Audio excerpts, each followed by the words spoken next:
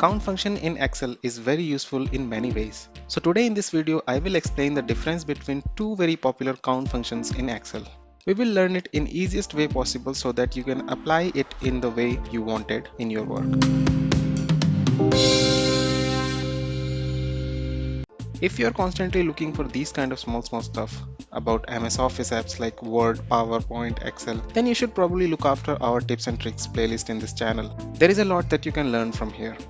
Okay, back to the main part. Here I made this simple example where I have some numbers, text and some invalid statement too. So this is perfect example to test our CountIF and CountIFS function. First let's start with CountIF. So type equal to in a cell and then type CountIF. Select the CountIF function from the list and double click on it. Now it's asking two things here. One is range and then criteria. So first define range by selecting all these cells like this. Press comma to define the criteria now. Here I want a condition. Count the number of cells which contains a number more than 20,000 in it. So to do that, insert a double quotation mark followed by a more than symbol. Then type 20,000 in it. Close it with double quotation mark again. Now your formula is complete. You can add a closing bracket or you can just skip it. Excel will do it itself. There you go. Now it has counted the number of cells which have value more than 20,000 in it. Okay, let's see the second one now. CountIFS.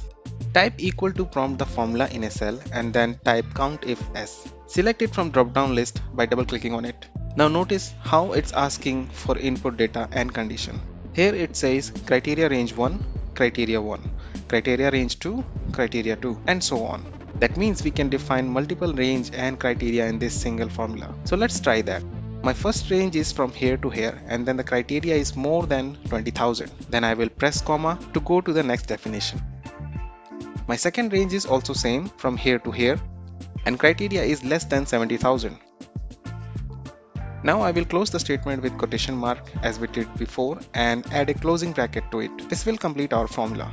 Press enter to see the results. Here I defined a condition to count the number of cells which have values more than 20,000 but less than 70,000. So it gave me a result according to that. So let's compare both the formulas side by side. What we can see here is that in CountIF function we can only define one range and one criteria at a time. But in CountIFS function we can define as many as we want. Both the functions have their importance and use. It totally depends on how your data look like. I hope now I was able to explain both the functions clearly. But still if you have any doubt or query, then feel free to ask me in comments. And if you have made this far in this video, then a like and subscribe would be nice to keep me moving forward. Thank you so much for today. See you next time. Till then, take care. Bye bye.